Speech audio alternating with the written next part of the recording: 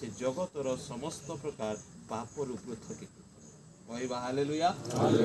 मनुष्य जन्म हेले दुख कष्ट पाप विभिन्न प्रकार परिस्थिति मध्य प्रवेश करिबो बढ़िबाकू हबो संघर्ष करिबाकू हबो किंतु मृत्यु रे से सबुरु नीरव।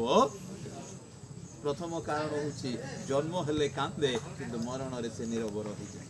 द्वितीय कारण होची जन्म रे से पाप रे प्रवेश करे एवं मृत्यु रे से ईश्वर को निकट को चली आउ पापर पृथकीकृत।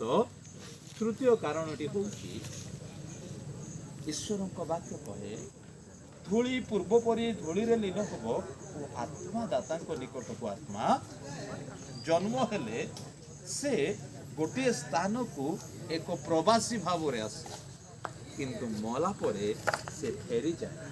फेरी गले आनंद थाए ता पाए किंतु फेरी जीवा लोकन को जो माने विदाई दो से माने दुख।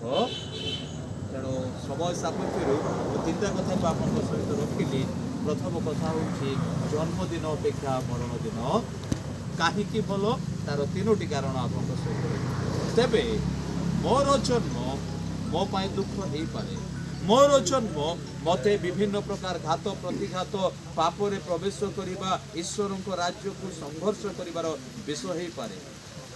मोहर जन्म ए जगत रे किछि समय क्षपण कला परे विदाय नेबे समय किंतु ताहा मो यथार्थ उत्तम मोर मृत्यु ईश्वर ठारे बहुमूल्य अटे कि आम बंची थिबा लोक जानिबा विवेचना करिबा तद अनुसार जीवन यापन करबा।